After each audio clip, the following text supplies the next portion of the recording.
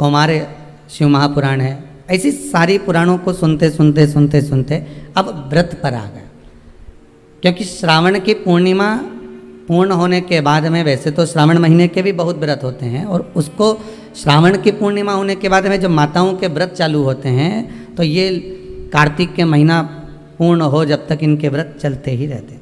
पर कुछ कुछ व्रत ऐसे रहते हैं जैसे एकादशी का, प्रदोष का, सोमवार का, मंगलवार का, शनिवार का, शुक्रवार का, बृहस्पतिवार का। कुछ व्रत ऐसे होते हैं जिन व्रतों को माताएं निरंतर करती हैं। केवल ये नहीं कि तीज त्यौहार आएगा तभी, ये तीज के व्रत अलग होते हैं, हरतालिका तीज, छोटी तीज, बड़ी तीज, चतुर्थी, छठ, ये सारे व्रत अलग हो गए जो त्यौहार के अनुकूल आ रहे हैं, जो महीने के अनुकूल आ रहे हैं। पर भगवान की अविरल भक्ति को पाने के लिए मनुष्य जो दिन रात भगवान की भक्ति में डूबा रहता है, दिन रात भगवान को पाने का प्रयास करता रहता है, केवल व्रत के माध्यम से ही नहीं, वो तो अपनी भक्ति के माध्यम से भी भगवान शंकर को रिझाता है।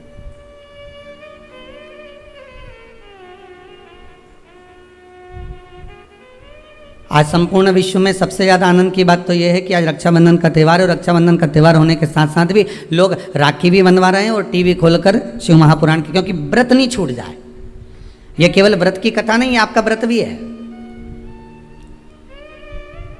ना जाने कितनी गलतियां हम व्रत करते समय कर जाते हैं, ना जाने कितनी गलतियां हम व्रत के पहले कर जाते हैं या व्रत के बाद कर जाते हैं। हम भगवान को रिझा नहीं पाते। कई लोग हैं, कितने सालों हो गए गुरुदेव हमको सोमवार का व्रत करते करते, कितने साल हो गए हमको मंगलवार करते करते, कितने साल हो गए हमको बृहस्पतिवार करते करते। कई ऐसी माताएं जो निरंतर व्रत कर रही हैं, निरंतर व्रत में डूबी हुई हैं, पर उसके बाद भी उनके मन में आता है कि हमारा व्रत सफल हुआ कि नहीं हुआ, भगवान ने उसको स्वीकार करा कि नहीं करा। पार्वती मैया जब व्रत करने बैठती थी तो शंकर उनके सामने आ जाते थे, सती मैया जब व्रत करने बैठती थी तो शंकर जी उनके सम्मुख में आ जाते थे, माँ गोरा जब व्रत करने बैठती थी तो महादेव उनके सामने आ जाते थे, उमा जब व्रत करने बैठती थी तो भगवान महेश उनके सामने आ जाते थे। तो व्रत जब माताओं ने करा तो उनके सामने भगवान प्रकट हो गए। तो हम व्रत करते हैं तो भगवान क्यों नहीं आता?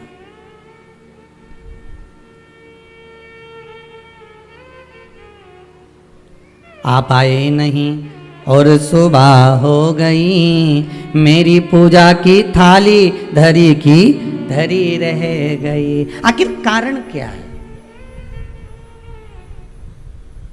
क्या कारण हो सकता है? हम परमात्मा को इतना रिझा रहे हैं, हम परमात्मा को इतना मना रहे हैं, हम परमात्मा से इतनी विनती कर रहे हैं, निवेदन कर रहे हैं, उसके बाद भी अगर भगवान हमको ना मिले, उसके बाद भी भगवान हमारा ना सुने, तो फिर दुख तो होता है ना कि भगवान आखिर क्यों नहीं सुन रहा।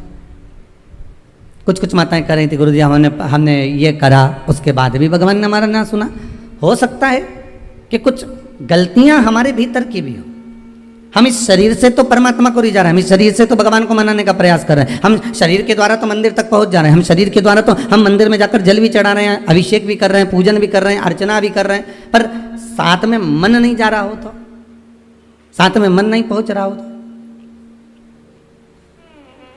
कथा भी कितने सुंदर दिन प्रारंभ हुई है महाराज, श्रावण की पूर्णिमा, और कथा जो प्रारंभ हुई है वो भी व्रत। और बहुत समझने वाली बात है कि आज के दिन कई बहनें ऐसी होती हैं जो भाई के यहाँ नहीं जा पाती, कई भाई ऐसे होते हैं जो बहनों के यहाँ नहीं जा पाते।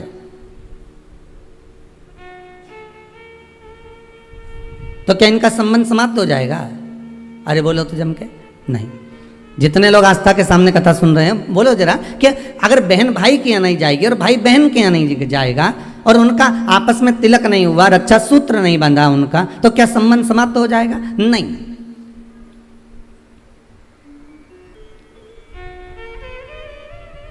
संबंध केवल शरीर का नहीं है, संबंध आत्मा का भी है।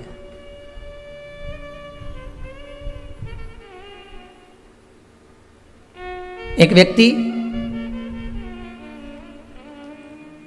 अपने नगर में निवास करता था, रहता था, और बड़ा सुंदर भाव से वह निवास करता था। अब एक समझने वाली बात है, देखिए, शरीर का पाप कर्म और मन का पाप कर्म दोनों को देखिएगा। वो अपने गांव में, नगर में निवास करता,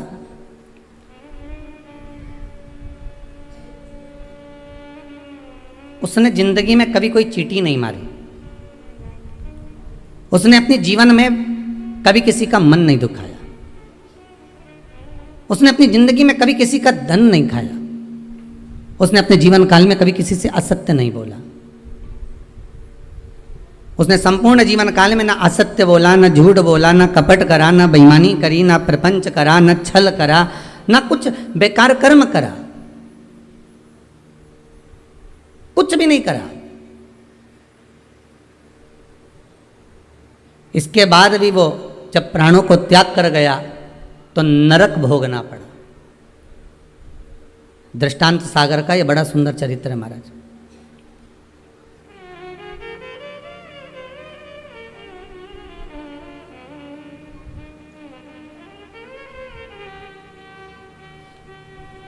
नरक भोग रहा है, ऊपर गया। चित्रगुप्त महाराज बैठे थे, इसके पाप गिना रहे थे, तो देवऋषि नारद का वहीं पर आगमन हुआ। श्रीमन नारायण, नारद जी ने तो पूछ लिया। संत के मन में अगर कोई प्रश्न आता है तो संत तुरंत पूछ लेता है कि आखिर कारण क्या है। भगवंत के मन में अर्थात भक्त के मन में भी कोई प्रश्न आता है तो वो भी पूछ लेता कारण क्या है। तो देवऋषि नारद ने पूछा कि ये कारण बताओ कि इसने ना कभी चोरी करी, ना कभी कपट करा, ना कभी बेईमानी करी, ना कभी प्रपंच करा, ना कभी किसी को धोखा दिया, ना किसी का धन खाया, ना किसी का वैभव खाया, ना कभी मुख से अपशब्द कहा। फिर आखिर बात क्या है कि इसको इतने सारे नरक क्यों भोगना पड़ रहे हैं? 94 नरकों में से कम 50 नरक में तुमने इसको डाल दिया।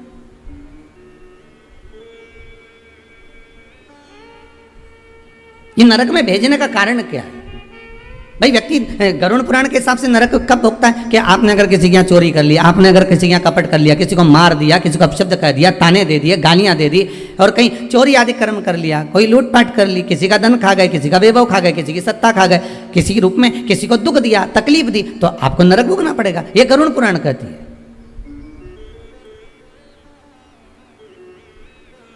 तो देवऋषि नारद ने पूछ लिया चित्रगुप्त महाराज से, धर्मराज से, ये बताओ कि इसने ये कुछ करा है क्या?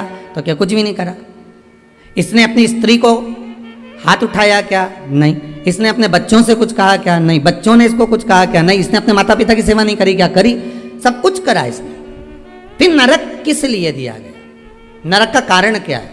क्यों नरक भेजा जा रहा है? व्रत शिव महापुराण का सबसे पहला सूत्र आज आप अच्छे से समझ लेना तो आपको पूरी व्रत की महत्वता समझ में आ जाएगी कि हम व्रत करते हैं और भगवान सुनता क्यों नहीं है। बस इस सूत्र को पकड़ लीजिए। दृष्टांत सागर का ये चरित्र अगर आपके जीवन में बैठ गया तो बाकी की शिव पुराण पूरी आपको समझ में आ जाएगी कि व्रत की मूलता क्या है।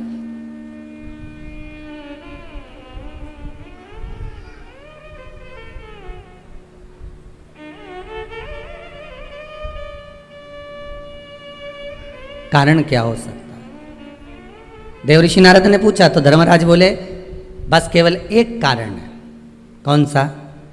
जब ये बैठता था इस शरीर के द्वारा इसने कोई बेकार काम नहीं करा। इस शरीर के द्वारा ये कोई किसी को कपट नहीं करा, किसी का धन नहीं खाया, वैभव नहीं करा खाया, किसी को अपशब्द नहीं करा। इस शरीर के द्वारा कुछ नहीं करा इसने। फिर बचा काहे से था?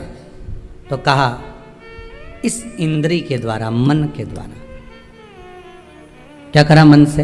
तो क्या मन के द्वारा ये जहाँ बैठता था वहाँ मन में सोच लेता था कि ये कितना बेकार व्यक्ति है, इसने इसके साथ तो ऐसा हो जाना चाहिए, इसके यहाँ कितना वैभव इकट्ठा हो गया, इतना धन एकत्रित हो गया होगा तो ये धन का करेगा क्या, इसके यहाँ तो ऐसा होना चाहिए कि डाका डल जाना चाहिए। इसने विचार करा। फिर विचार आया कि बताओ कितनी सुंदर स्त्री है, कितनी सुंदर नारी है, इतनी सुंदर नारी तो मेरे साथ में होना चाहिए थी।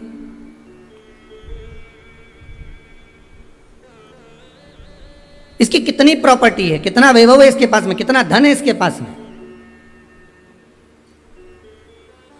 कुछ ऐसा हो जाए कि इसका धन संपूर्ण मेरा हो जाए, इसका पूरा वैभव इतना इतना जितना इसका धन है ये सारा के सारा मेरा हो जाए। अब बोलो शरीर से कुछ कर रहा है क्या वो? जितने आस्था पर सुन रहे हो, जितने फेसबुक यूट्यूब पर सुन रहे हो, दिल से बोलना, उसने शरीर से कुछ करा? नहीं। शरीर से कोई चोरी करी? नहीं। शरीर से किसी को मारा? नहीं। किसी का धन खाया? नहीं।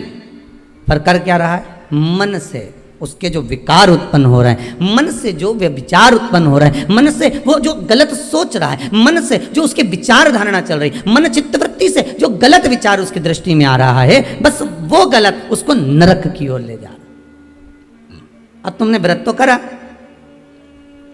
आज कई माताओं का पूर्णिमा का व्रत भी होगा, ऐसा नहीं है, जाएगी राखी बांधने तो कह भी देगी हमारी तो पूर्णिमा जीजी, हम तो तुम्हारे भाभी भोजन नहीं करें।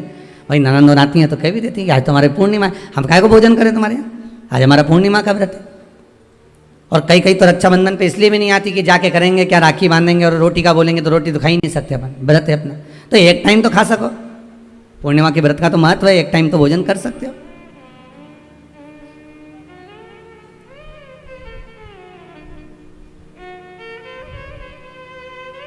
अब तुमने व्रत तो करा,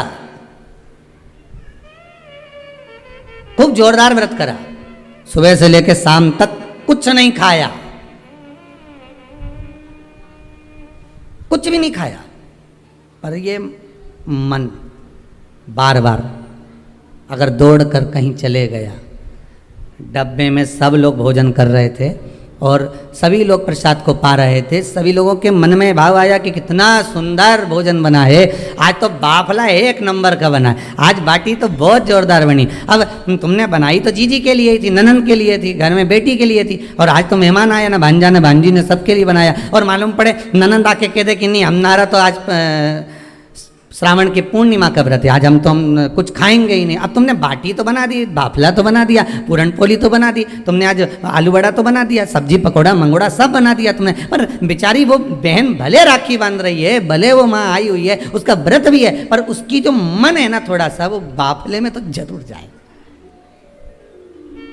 वो बाटी में तो अटकेगा थोड़ा ना। अब आई और माँ भी कह रही है, बार बार मम्मी कह रही है, बार बार माता जी कह रही है, अरे बेटा ले ले एक व्रत छोड़ दे, ले ले थोड़ा, या तू एक टाइम खा लेती यहीं, तो मन में भी सोच के बैठी हाँ विचार तो है कि एक टाइम खाना तो है, तो घर जाके खाऊं कि यहीं खाऊं, अरे यहीं खा लूंगी मना नहीं है, पर बाफला पूरा ठंडा हो जाएगा ना शाम तक, तो अब चित्तवृत्ति में तो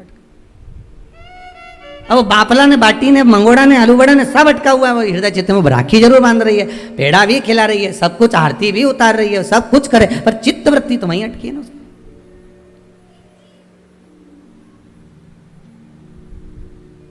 इसलिए शायद लोग भजन में गाते हैं, इसलिए कहते हैं कि श्री बांके बिहारी लाल गोपाल मन रखियो तेरे चरणन में, मन रखियो चरणन में, तन रखियो श्री वृंदावन।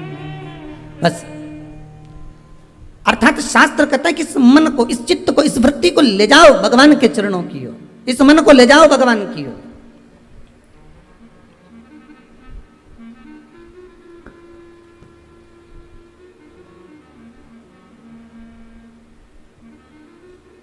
कई लोग ऐसे भारी भारी व्रत करते हैं, शरीर को कष्ट देते हैं। किसको कष्ट दे रहा है? शरीर को।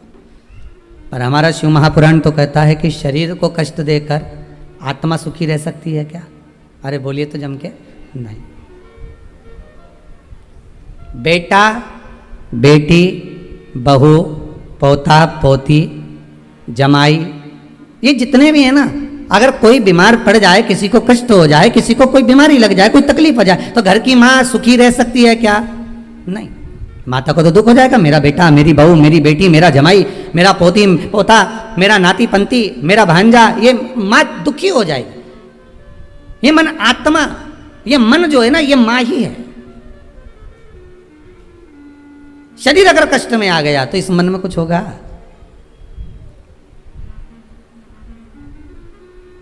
शिव पुराण कहती है बहुत अलमस्त रहकर, यहां तक आपको पहले भी कथा में कहा, वल्लभ कुल की एकादशी करो, भले बकरी जैसे चरो, पर एकादशी करो। बार बार क्यों कहते हैं इस बात के लिए कि आप ज्यादा भूखे रहकर और बहुत शरीर को कष्ट देकर, मालूम पड़े शुगर और बीपी ऊंचा नीचा हो जाए और तुम हॉस्पिटल में पड़ी रहो, तो फिर उस व्रत का कोई मूल तत्व रहेगा क्या? नहीं।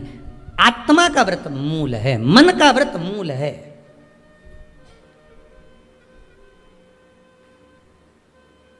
कोई तुमसे के ऐसा व्रत है जिस व्रत में तुम्हें सोने का हंडा मिलेगा, सोने का मटका मिलेगा, पर एक बात याद रखना, 5 दिन तक कुछ ना तो खाना है, ना पानी पीना है, ना कुछ ध्यान रख, बस एक जगह पर पड़। अब ऐसा हंडा पाकर भी क्या करो कि सोने का हंडा तो घर में आए और तुम ऊपर जाओ। अब ऐसा हंडा पाकर भी क्या करोगे? अब मालूम पड़े सोने का हंडा तो आ गया घर के अंदर और तुम चल दिए ऊपर।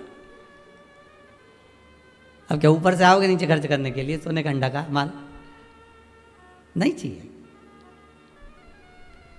प्रथम सुख निरोगी काया, द्वितीय सुख घर में माया। ये दूसरे नंबर पर आती है माया। दूसरे नंबर पर आता है धन, संपदा, सत्ता, वैभव, ये दूसरे नंबर पर है। अभी बीच में जब ये कोरोना महामारी का कहर चल रहा था, अब तो थोड़ा बाबा की कृपा है विश्वनाथ की कि आप धीरे धीरे कोरोना महामारी धीरे धीरे जा रही, ये शंकर की कृपा मान लो। पर बीच में जब कोरोना महामारी का दूसरा जो लहर चालू हुई थी, उस लहर में आपने सुना होगा कि ना जाने वो कहाँ के विधायक थे, तो वो मालूम पड़े चले गए। फिर अखबार में देखा, टीवी में देखा कि वहाँ का मंत्री थे या विधायक थे, वो चले गए, कहीं कोई चले गया। अब विचार करो जरा, एक विचार करना कि कितना रुपया चुनाव में खर्च करा होगा, कितना धन लगाया होगा, कितना अनाप शनाप पैसा लगाया होगा, और जीत हासिल हो गई और जीत मिल भी गई, और उसके बाद ये कोरोना महामारी में चले गए। अब बताओ ईमानदारी से, तो हंडे का करोगे क्या? अब वो सोने का अंडा का कोई काम है?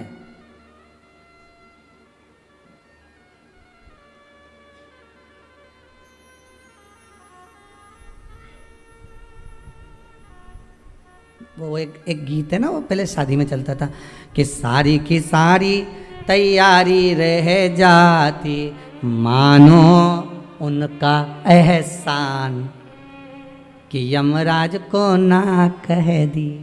नहीं तो मालूम पड़े सब जोड़ के रखा, धन वैभव संपदा सत्ता सब आ गई तुम्हारे पास में, और मालूम पड़े इतने में वो हाँ करके भेज दे यमराज को, जा उठा ला, और सब धरा की धरा रह जा। क्या करो उसका? फिर वो वैभव, वो धन, वो दौलत, वो संपदा, वो सत्ता का क्या करोगे?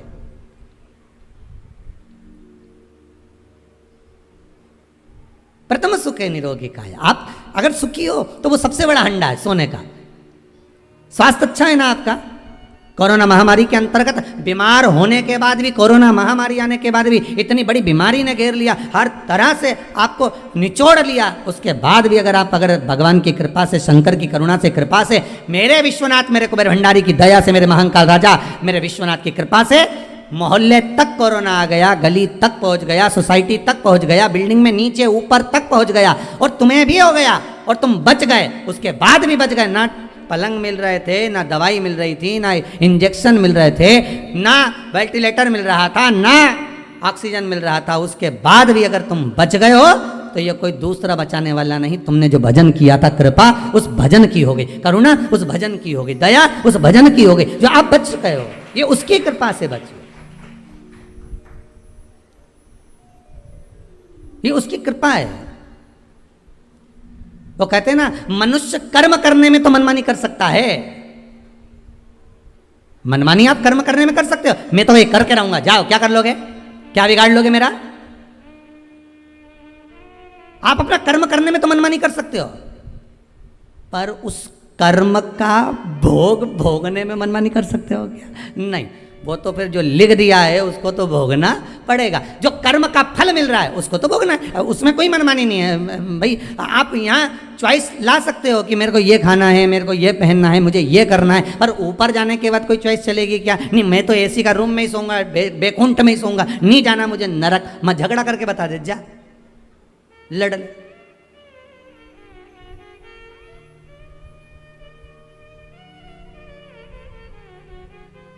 नहीं, मेरे लिए तो तुम रसगुल्ला ही लाओ, मैं तो नहीं।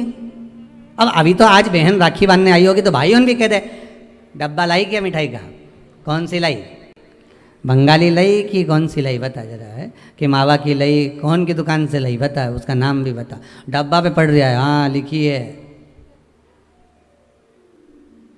देख ली उसने। हो, अब फिर ये भी देख रहा है कि सोन पपड़ी लाई कि मावा की लाई, वो भी देखा, क्योंकि भाइयों भी बड़ा चतुर रहे, डब्बा देख के लिफाफा बनाए।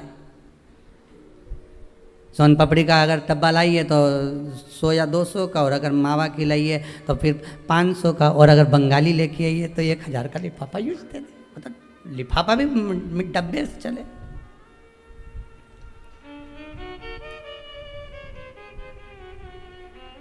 और वो फिर बहन लेके आती है ना, नारियल लाती है, श्रीफल, श्रीफल गोला नहीं, नारियल का सूखा गोला नहीं, क्या लाती है? श्रीफल। गोला तो आजकल फैशन का हो गया, नारियल का गोला तो फैशन है, क्योंकि नारियल लेके जाएंगे, नारियल 10 रुपए का है, भाई को लगना चाहिए कि कोई वीआईपी चीज लाई, इसलिए नारियल का गोला लिया। पर यहाँ कहीं पुराण में कहीं लिखा हो नहीं कि नारियल का गोला दिया था लक्ष्मी जी ने राजा बलि को, या इंद्राणी ने इंद्र को रक्षा सूत्र बांधा था तो उसमें नारियल का गोला दिया था। यहाँ कहीं लिखा हुआ तुम कहीं पढ़ो तो मुझे जरूर भेज देना रहे हो।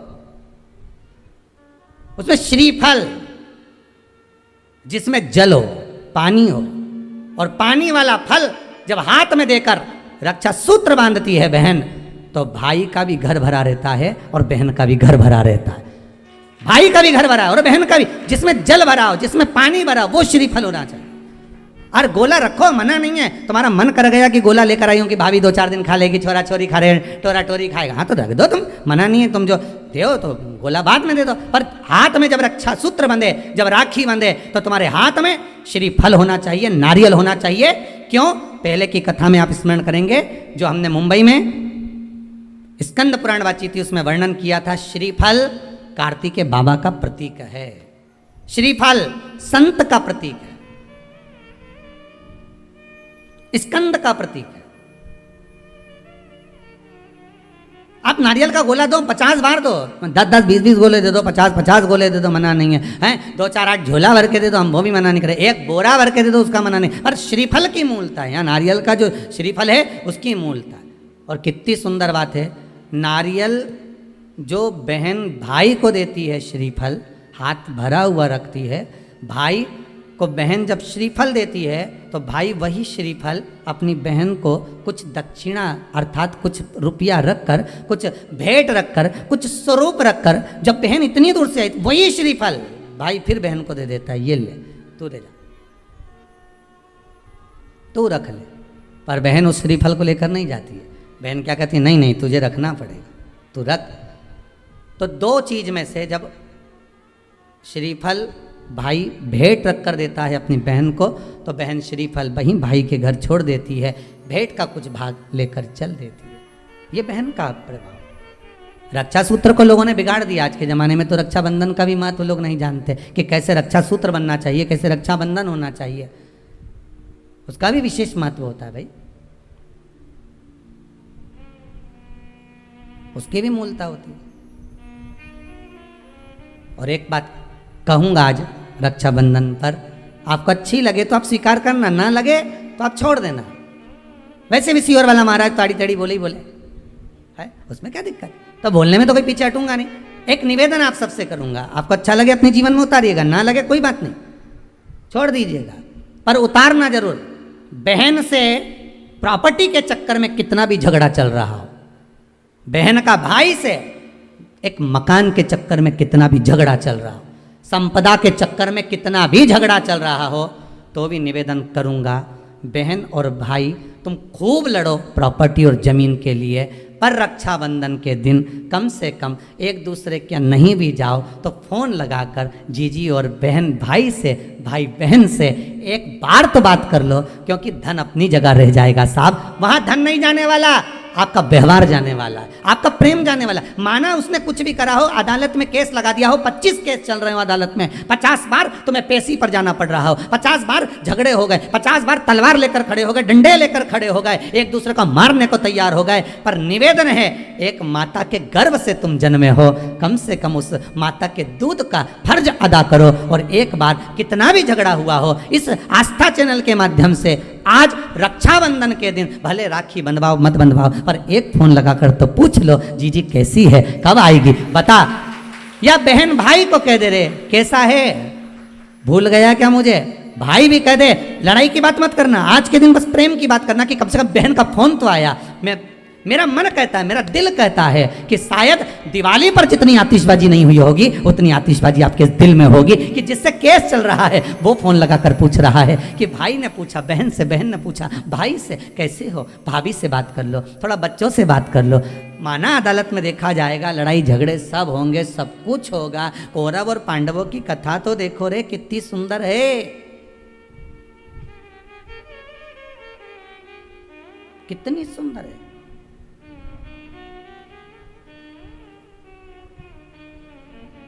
पांडवों की बहन सुभद्रा राखी बांधने कौरवों को जाती है, कौरवों की बहन राखी बांधने के लिए पांडवों को जाती है। जरा विचार करिए, क्या युद्ध के मैदान में लड़े नहीं? क्या युद्ध के मैदान में मरे नहीं? युद्ध अपनी जगह पर है, लड़ाई अपनी जगह पर है, पर एक त्यौहार की त्यौहार कम से कम आज बूढ़ी सी बूढ़ी भी माँ होती है ना, तो रक्षाबंधन पर तो उसको भी मायके की याद आती है। सब क्यों नहीं जाती वो? क्योंकि ये घर कौन देखे, बहुवन सब चली गई तो उसको तो देखना है ना। बूढ़ी से बूढ़ी भी माँ हो ना तो उसको भी याद आती है मायके की। वो बहू से कह देती है ले लिफाफे में थोड़ी सी 2 राखी रख दे और मारा दोना भाइयों के लिए कोरियर कर दे। 5 दिन 8 दिन पहले से कह रही है भेज दी क्या बेटा, भेज दी क्या बेटा? हाँ मम्मी भेज दी है। वो पहुँच जाए उसमें एक पत्र लिख के डाल दे कि बंधवा लेना, हो थारी बुआ ने भेजी है, बंधवा लेना, तेरी बहन ने भेजी है।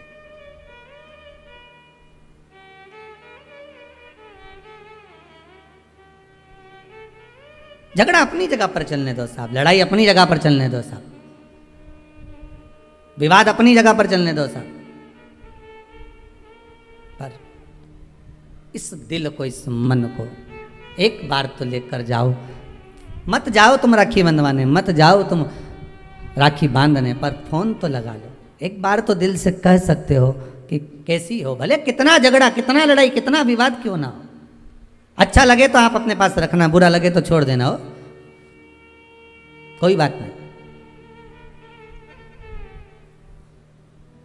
और दोनों के मन में ये बात भी नहीं आना चाहिए जब फोन लगाएं तो कि समझौते के लिए लगाया होगा या धन के लिए लगाया होगा। ये भी मन में भाव मत लेकर आना, वो तो इसलिए लगाया है कि सीवर वाला महाराज बोला है। और तो शंकर जी आज्ञा कर रहे हैं, शंकर शिव पुराण से व्रत शिव महापुराण की कथा आज श्रावण के इस पूर्णिमा के दिन रक्षाबंधन पर जो प्रारंभ हुई है, हो सकता है ना जाने कितने भाई बहन इस कथा के माध्यम से वापिस जुड़ जाएं, उसकी प्रसन्नता रहेगी साहब। आप कर लो एक बार,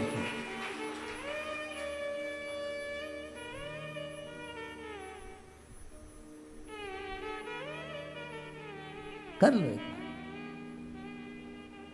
और टालना मत ही, तुम तो अभी कथा चलते चलते भी कर लो रे, कई दिक्कत नहीं, कथा अपनी चलती रहेगी। तुम तो एक बार फोन लगा के बोल दो जीजी कैसी है बस, और जीजी बोल दे भाई कैसा। जिसके यहाँ झगड़ा हो प्रेम, बस एक बार फोन लगा के बस कथा होती रहेगी। ये तो चलेगी 2 बजे से 5 बजे तक, तुम उसकी चिंता मत करो। तुम तो लगा लो, आज अपन त्योहार ही मना ले आज अच्छा से, तुम तो लगाई।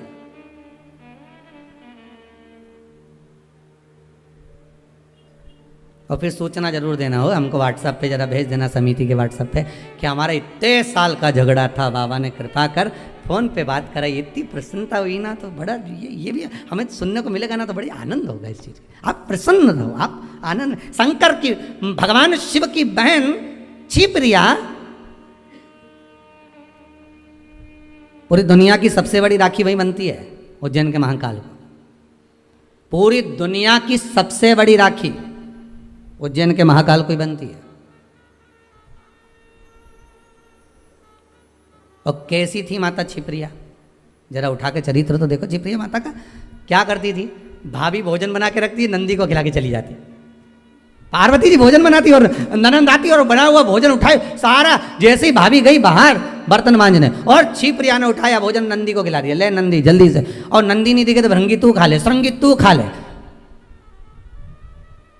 अच्छा, चतुर भी इतने थे ये नंदी भृंगी श्रृंगी कि खाने के बाद डब्बा कम मांझ के रख देते तो पता ही नहीं चलता था भोजन करके।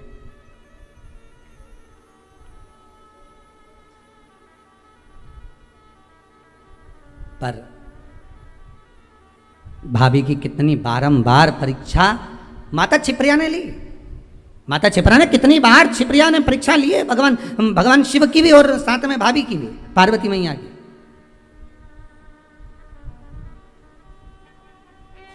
कितनी परीक्षा। और उसके बाद जब दूषण नाम के राक्षस के साथ युद्ध हुआ भगवान शंकर का, और शिव जी ने कह दिया कि दूषण नाम के राक्षस का संहार करना है, पर इसके रक्त से जो दूषण और उत्पन्न हो जाएंगे इनको मारने के लिए, इसके रक्त को धोने के लिए मेरी बहन क्षिप्रिया को बुलाइए। तो क्षिप्रिया को क्यों, आखिर क्षिप्रिया को किस लिए बुलाया जाए? अगर रक्त को धोना है तो गंगा को बुला लो, नर्मदा जी को बुला लो, सरयू जी को बुला लो, मंदाकिनी को बुला लो, जमुना को बुला लो, सरस्वती को बुला लो, ये क्षिप्रिया को क्यों? शंकर जी कहते हैं सारी नदियों ने तप करा, सारी नदियों ने तप करा और भगवान से वर मांगा। यमुना जी ने वर मांगा कि ठाकुर इस भूमंडल पर रहूं, आपके चरणार विंद की रज मिलती रहे। गंगा ने वर मांगा मेरा नाम आपके नाम के साथ जुड़ा रहे। मंदाकिनी ने वर मांगा मुझे राघव के चरण मिले। सरयू जी ने वर मांगा मुझे राम जी के चरणार विंद मिले। राम अगर अपने प्राणों को भी त्यागे तो मेरे जल में ही त्यागे, ये सरयू जी ने मांगा। पर केवल एक नदी ऐसी है, नर्मदा जी ने भी मांगा मेरा कंकर संकर बन जाए। केवल एक नदी ऐसी है जिस नदी ने 33 कोटि देवताओं से कुछ नहीं मांगा, और वो नदी नहीं शंकर जी की बहन। शंकर जी क्या मांगते तुमसे? भोलेनाथ जी ने कभी तुमसे कुछ मांगा कि मेरे यहाँ 1 किलो मिठाई का डब्बा लेके आओ रे? शंकर जी कभी बोले कि मेरे यहाँ तुम ये लेके आना, ने सोना लाना, ने चांदी लाना, ने अंबारी लाना, ना ये लाना? शंकर जी तो क्या तुम आ जाओ, 1 लोटा पानी हो तो चढ़ा जाओ, दूध हो तो दूध, दही हो तो दही, नहीं मिले तो बेलपत्र भी नहीं ला सको तो मेरी उठा के मुझ पे चढ़ा दो, और इतना भी नहीं ला सकते तो 3 बार ताली बजा दो। ये भी नहीं कर सकते तो शिखर का दर्शन कर लो, और ये भी नहीं कर सकते तो मंदिर के सामने से निकल जाओ। बस इतना तो कर सकते हो, नहीं गाड़ी लीने भुड़ भुड़ करें, देखता हुआ निकल जाए, बस उतने में समझ जाए बहुत है। अरे जिससे स्नेह होता है ना, जिससे प्रेम होता है, मेरे शंकर को अगर आप स्नेह करते हो, प्रेम करते हो, शिव के प्रति समर्पित हो, शंकर के प्रति आपका वात्सल्य, आपकी करुणता, आपका आनंद शिव से अगर जुड़ा हुआ है, तो मात्र गाड़ी लेकर भी निकल गए तो वो देख लेगा कि गया है अभी यहाँ से हो, और तुमने देख लिया बैठा है महादेव अभी अंदर, उतना ही बहुत है।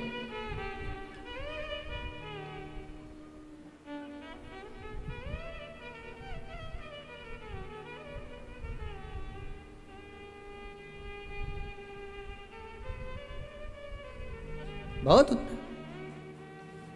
उसमें ही मिल जाएगा। एक वो कथा कहती है ना कि नियम अगर धारण करा है तो कुछ ना कुछ तो मिला है।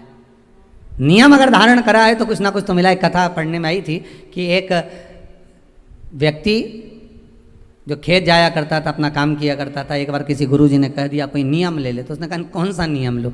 अरे कुछ नियम ले ले या व्रत कर ले। तो क्या व्रत तो मेरे से बने नहीं, काम इतना खेत में रहे, कोई व्रत बने? तो एक व्रत ऐसा धारण कर ले कि नियम ले ले कोई ऐसा कि भगवान का दर्शन करूंगा, ये करूंगा, वो करूंगा, गंगा का स्नान करूंगा, कोई तो नियम ले।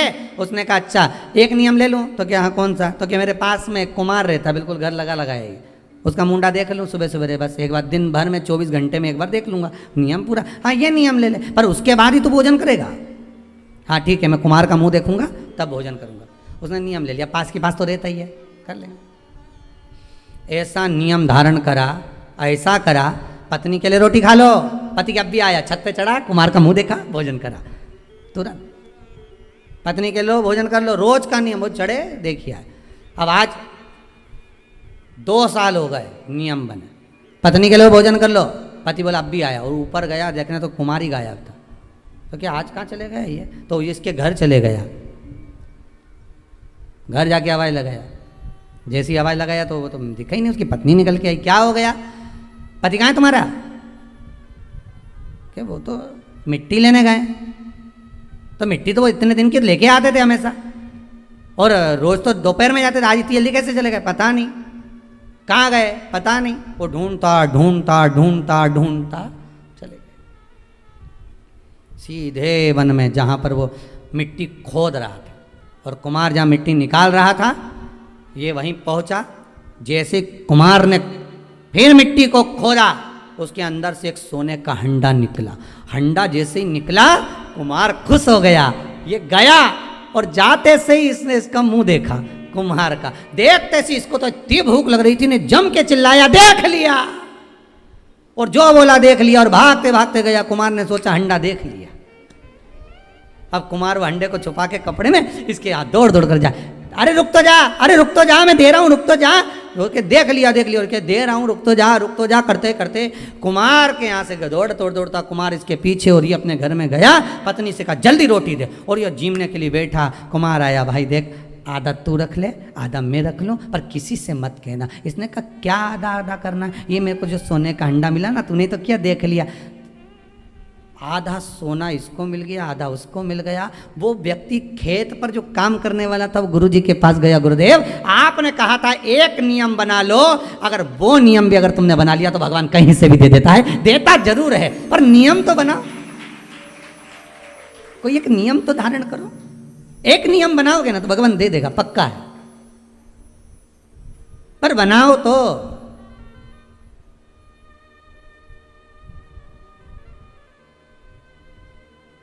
इस कहानी को एक बार चंडीगढ़ में बोला था, तो वहाँ पर एक माता जी उठ के बोली अगर हम झगड़े का नियम बना ले तो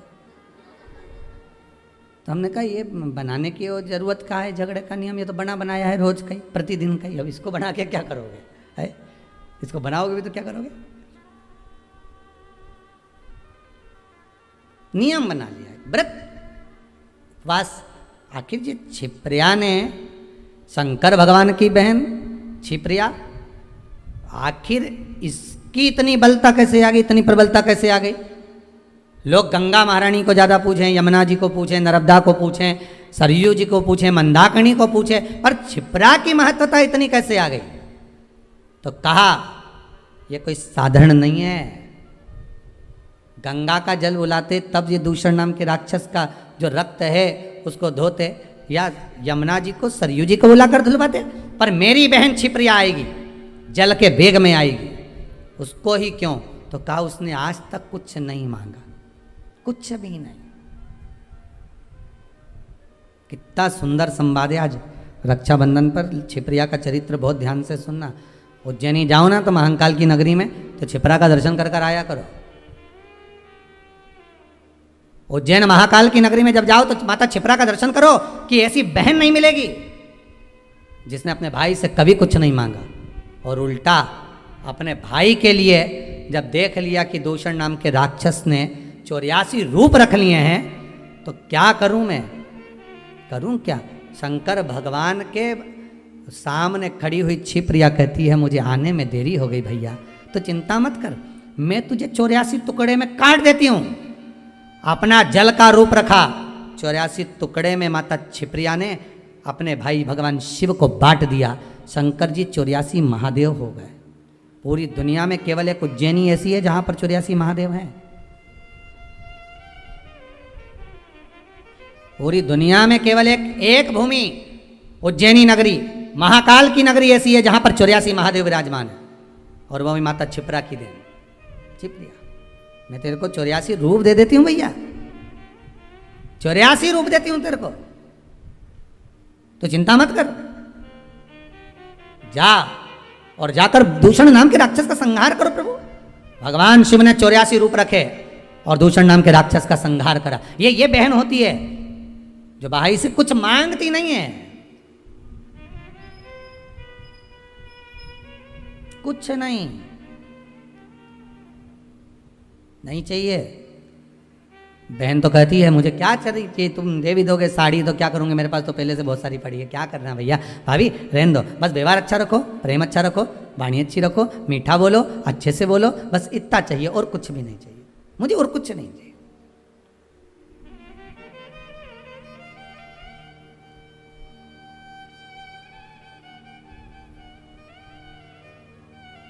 बहुत निवेदन है, बहुत निवेदन। रक्षाबंधन के आज के इस भाव को पहचानिएगा जरूर। लेन देन से कुछ नहीं होता, लेना और देना तो अपनी जगह पर होता है, लेन देन से कोई मतलब नहीं, मतलब है केवल प्रेम से, केवल इसमें।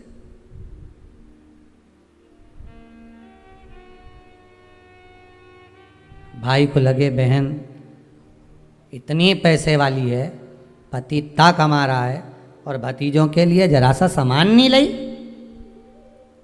थोड़ा सा सामान लेकर आ जाना था अपने भतीजा भतीजी के लिए, तो भाइयों से निवेदन है, बहन से ये आशा मत रखो कि भतीजों के लिए कुछ लेकर आए।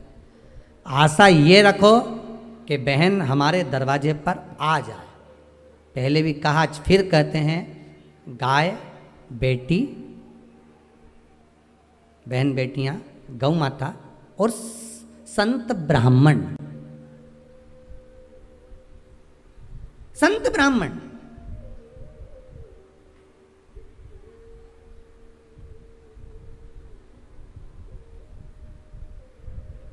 गाय बेटी और संत ब्राह्मण, ये तीनों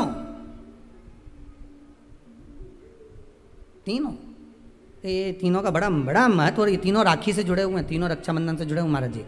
आज के दिन बहन तो भाई को राखी बांधती है, अपनी जगह पर है, पर आपने कथा में सुना होगा, इंद्राणी ने भी इंद्र को रक्षा सूत्र बांधा था गुरुदेव के कहने पर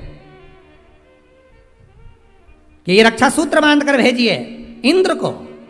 तो इंद्राणी कहती है, मैं धर्म पत्नी हूं उनकी।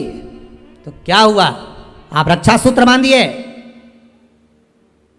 अगर धर्म पत्नी रक्षा सूत्र नहीं बांध सकती तो यहां शास्त्र कहता है, इंद्राणी ने इंद्र को युद्ध में विजय होने के लिए दिया था, रक्षा सूत्र बांधा था, स्वयं गुरु खड़े हुए।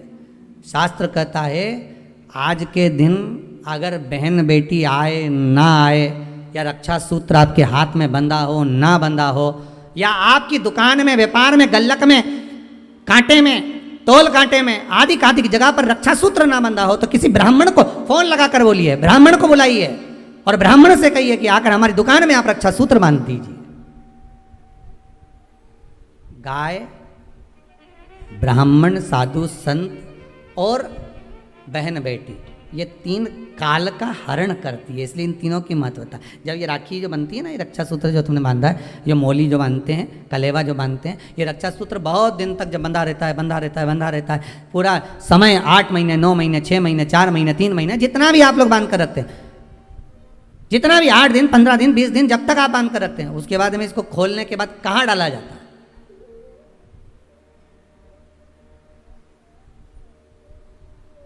कहाँ दिया जाता है इसको? वो रक्षा सूत्र को कहाँ डाला जाता है? तो कहते हैं, जिस स्थान पर गाय को बांधा जाता है, जिस स्थान पर गाय को बांधा जाता है, उस स्थान पर इस रक्षा सूत्र को ले जाकर एक और किसी भी खूंटे से गाय के, या गाय का जो ग्वाड़ा होता है, गाय जहाँ बंधती है, उस स्थान पर कोई कील लगी हो, कोई खूंटा लगा हो, उससे इस रक्षा सूत्र को खोलकर बाद में बांध दिया जाता है, वहाँ रख दिया जाता है। क्यों, किस लिए रखते हैं, क्यों जोड़ा गया इसको?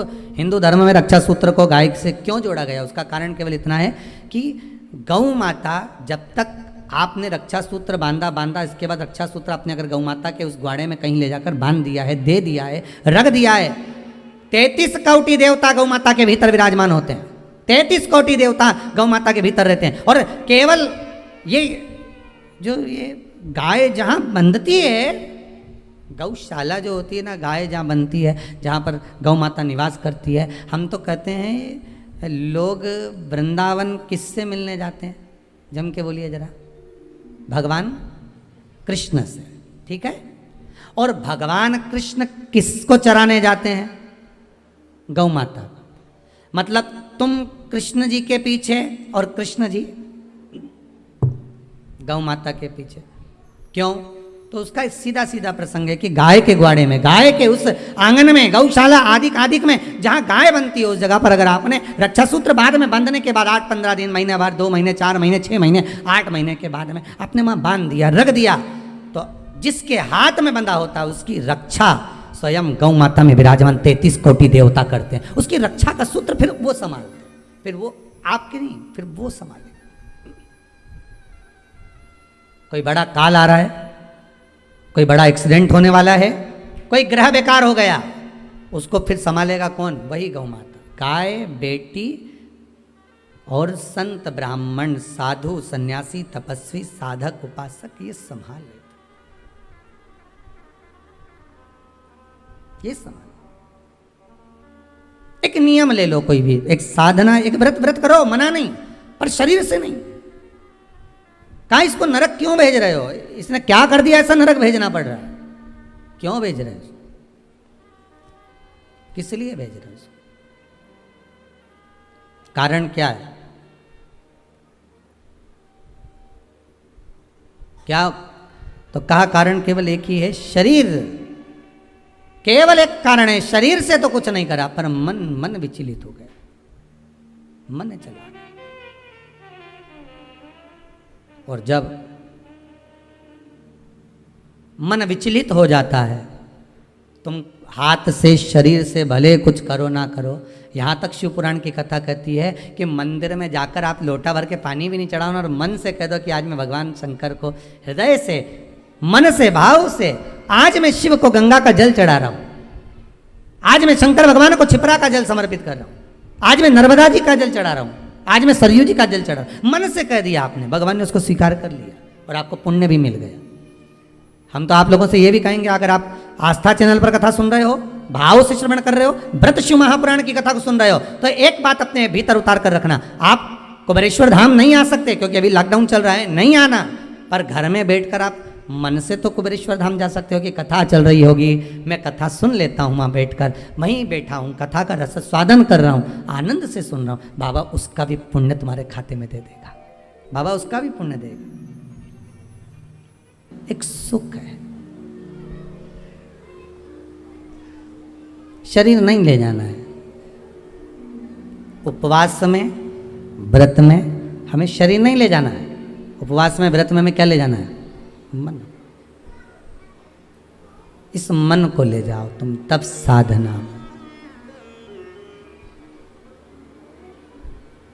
बोल मेरी जीवा हरि हरि, 10 भोजन पान करे, राम नाम में मरी मरी।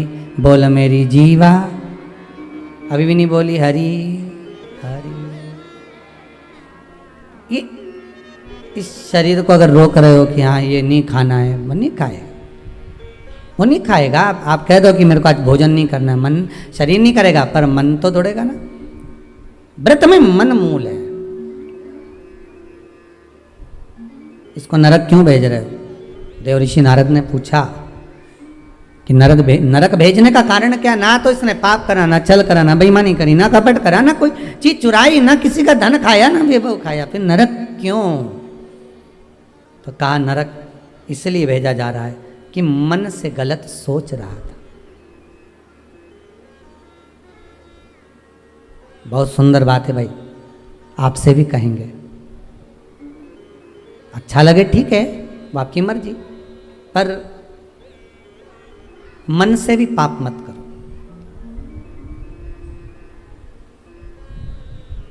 मन से पाप नहीं होना चाहिए। ये मन का जो पाप है ना, मन से किया गया जो पाप है ना, ये शरीर के द्वारा किए गए पाप से ज्यादा भोगना पड़ता है। तुमने मन में सोच लिया, हुए व्यक्ति को देखा किसी को और कह दिया बताओ कैसा है, मन में सोचा, बोला नहीं किसी को। फिर वही वाली बात आ गई, अगर हृदय में प्रेम होगा तो प्रेम दोगे, ठीक है। ये ताली एक हाथ से बजती है क्या? दो ही हाथ से बजती है ना। आप किसी को प्रेम दोगे तो सामने वाला आपको प्रेम देगा। आप स्नेह दोगे, स्नेह मिलेगा। आप अपने भीतर कपट रखोगे, छल रखोगे, बेईमानी रखोगे, प्रपंच रखोगे, तो वो भी वही देगा आपको। आप किसी से कोई बात छुपा रहे हो, आप किसी से कोई बात छुपा रहे हो और सामने वाले से आप चाहते हो कि ये मुझे सब कुछ बता दे, तो वो भी तो छुपाएगा।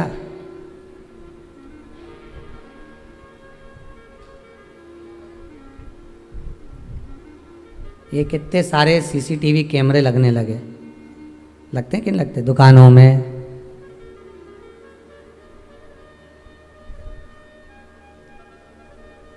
घरों में। जितने लोग आस्था पर कथा सुन रहे हो ना, आपके भी मोहल्ले में लगे होंगे, दुकानों में लगे होंगे, घरों में लगे होंगे, रोड पे लगे होंगे। कितने कैमरे लगे, ये सबसे बाद में लगे हैं, सबसे बाद में। ये कैमरे तक कब पहुंचे हम? आप और हम सीसीटीवी कैमरे तक कब पहुंचे हैं? जब मनुष्य का मनुष्य से विश्वास खत्म हो जाता है, मनुष्य का मनुष्य से विश्वास टूट जाता है, तब जाकर घरों में दरवाजे लगाए जाते हैं। नहीं तो पहले के ज़माने में तो पर्दे से काम चल जाता था, पर्दे लगाते थे। क्या खत्म हुआ? जम के बोलो जरा, विश्वास। जब मनुष्य का मनुष्य से विश्वास कम होता है तब दरवाजे लगते हैं, तब दरवाजे लगाए जाते हैं। और जब उस विश्वास पर घात होने लगती है, जब विश्वास को तोड़ा जाता है, तब ताले लगाए जाते हैं। देखते जाओ क्या क्या बदला है। विश्वास मनुष्य का मनुष्य से कम हुआ तो दरवाजे लगे, और विश्वास पर घात हुआ तो ताले लगे। ठीक है, विश्वास का जब घात हुआ तब ताले लगे, और जब विश्वास पूरा ही मर गया तब सीसीटीवी कैमरे लगे, तब लगाए गए चौकीदारी के लिए, देखने के लिए। जब दिख गया कि ये व्यक्ति ऐसा है, ये ऐसा कर रहा है, ये झूठ बोल रहा है, ये कपट कर रहा है, ये बेईमानी कर रहा है, ये प्रपंच कर रहा है, तब उसके ऊपर कैमरा लगा दिया गया, तब उसके लिए कुछ छोड़ दिया गया, तब उसके लिए कहा गया कि अब इस पर ध्यान रखना जरूरी है, इस पर कैमरा लगाना जरूरी है। क्यों? इसका ध्यान रखो, इस पे कैमरा लगाओ। इसका एक व्यक्ति छोड़ दिया जाता है, ये इसके पीछे घूमता रहे, इसका देखता रहे। क्यों? क्योंकि इसने विश्वास को कुचल दिया है, इसने विश्वास को समाप्त कर दिया है।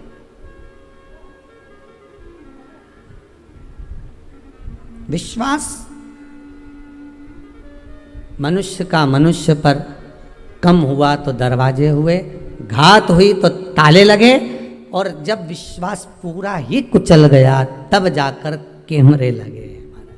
ये कोई ऐसे ही नहीं लगा दिए गए कैमरे। कैमरे लगाने में तुम समझना, कोई होंगे ऐसे जो आपस में विश्वास तोड़ दिए होंगे, तब तो किसी ने तुम्हारे ऊपर निगाह रखी, तब तो तुम्हारे ऊपर चौकीदारी लगी, तब तो किसी ने किसी व्यक्ति को तुम्हारे लिए छोड़ा होगा कि भाई इसने विश्वास को कुचल दिया है। झूठ पर, कपट पर, छल पर, बेईमानी पर, झूठ पर विश्वास को कुचला है, इसलिए कैमरा लगा, इसलिए किसी को छोड़ दिया गया कि अब ध्यान रखो। विश्वास कुचला गया। और निवेदन है, फिर कहूंगा, इस व्यासपीठ से निवेदन कर सकता हूं कि विष दे दो किसी को चलेगा, पर विश्वासघात मत करिए। किसी के साथ विश्वासघात, झूठ ना बोलिए, असत्य ना बोलिए। यहाँ तो शिव महापुराण की कथा कहती है, सत्यम शिवम सुंदरम। आपको अच्छा लगे भोजन, पेट भर कर पाइए, बहुत प्रेम से पाइए, पर झूठा ना कहिए। असत्यता का व्यवहार श्रेष्ठ नहीं होता शंकर के।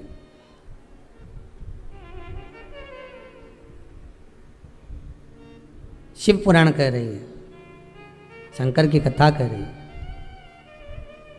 आज वो तड़प रहा है, 94 नरकों में से 50 नरक में उसको फेंका गया। नारद जी बोले इसने कोई बेकार कर्म, मन बेकार हो गया था इसका। जब व्यक्ति का मन बेकार होता है तभी वो गलत कर्म कर पाता है।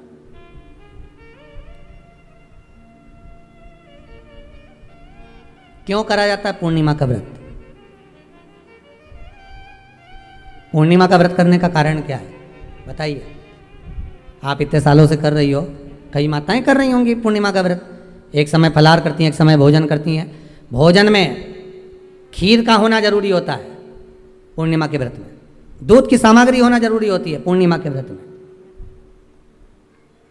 12 महीने की पूर्णिमा करो, मना नहीं है। और पूर्णिमा उठाने का भी समय होता है चैत्री। चैत्र के महीने की जो पूर्णिमा होती है, चैत्री पूर्णिमा पहली पूर्णिमा मानी जाती है, इसलिए चैत्री पूर्णिमा को सिद्ध पूर्णिमा कहते हैं, कार्य सिद्धात्री पूर्णिमा कहते हैं, सिद्ध करने वाले। मनोरथी पूर्णिमा कहते हैं।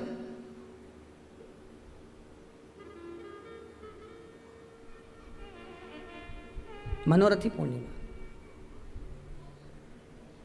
इसलिए पूर्णिमा का व्रत कहाँ से उठाया जाता है? चैत्र के महीने की पूर्णिमा से पूर्णिमा का व्रत उठाया जाता है कि मैं महीने की पूर्णिमा करूंगी, तो चैत्र पूर्णिमा से उसको उठा लिया जाता है।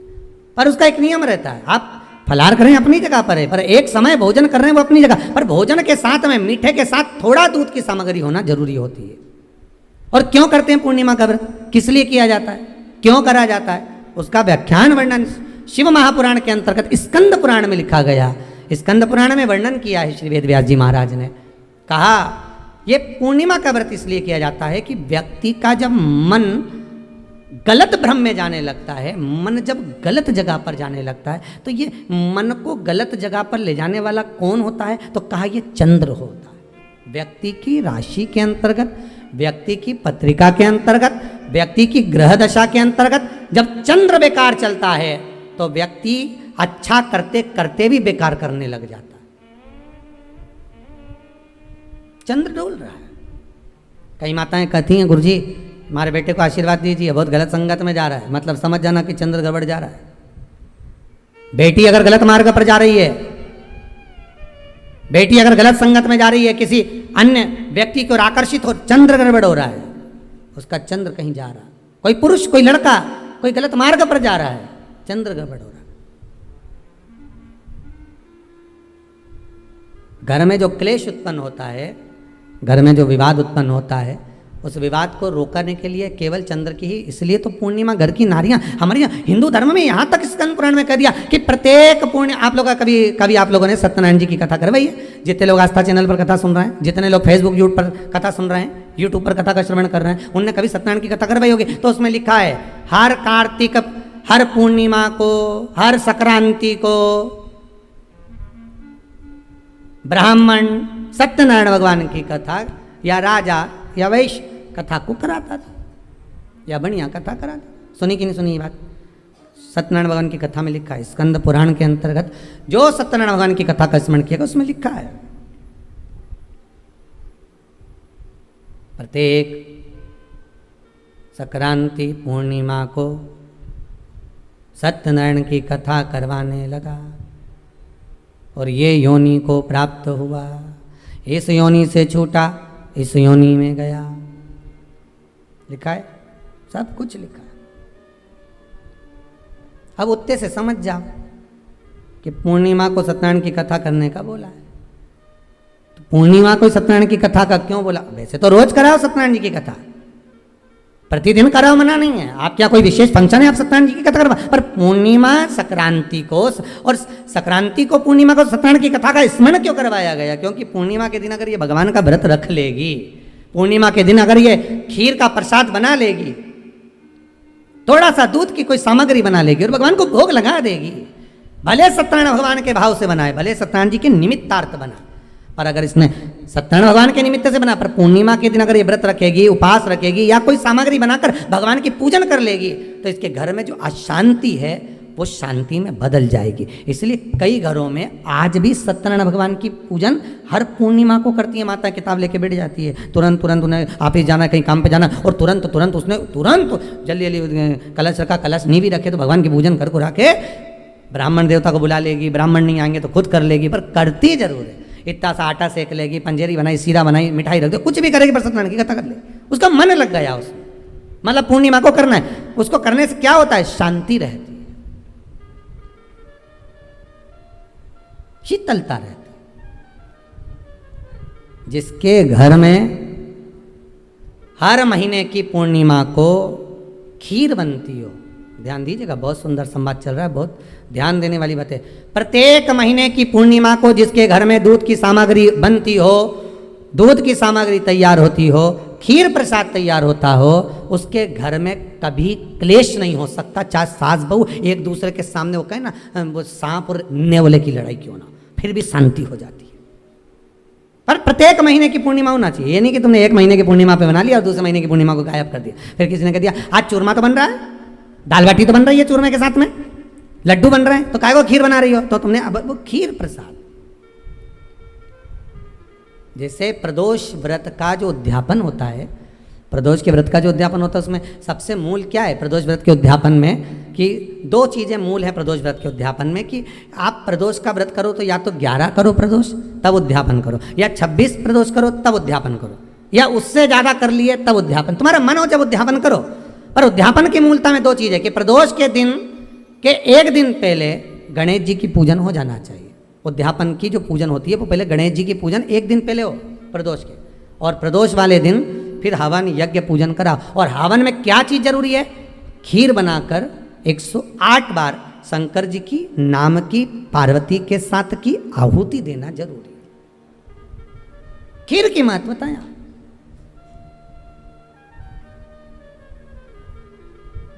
चलो और सहज भाषा में समझिए, और सरल भाषा। जिस समय पर भगवान औघड़दानी में रत्रकालदर्शी में कैलाशी शंभु का आवाहन चंद्रदेव ने करा, कब? जब ससुर ने श्राप दे दिया कि काया का रोग होगा, काया छिन्न होने लगी, टपक टपक कर गिरने लगी, काया नीचे गिर रही, चंद्र रोने लगे, आंखों से अश्रु बह रहा है, आंखों से आंसू बह रहा। किसके पास जाऊं मैं? तब देवऋषि नारद का स्मरण किया। देवऋषि नारद, नारायण श्रीमन नारायण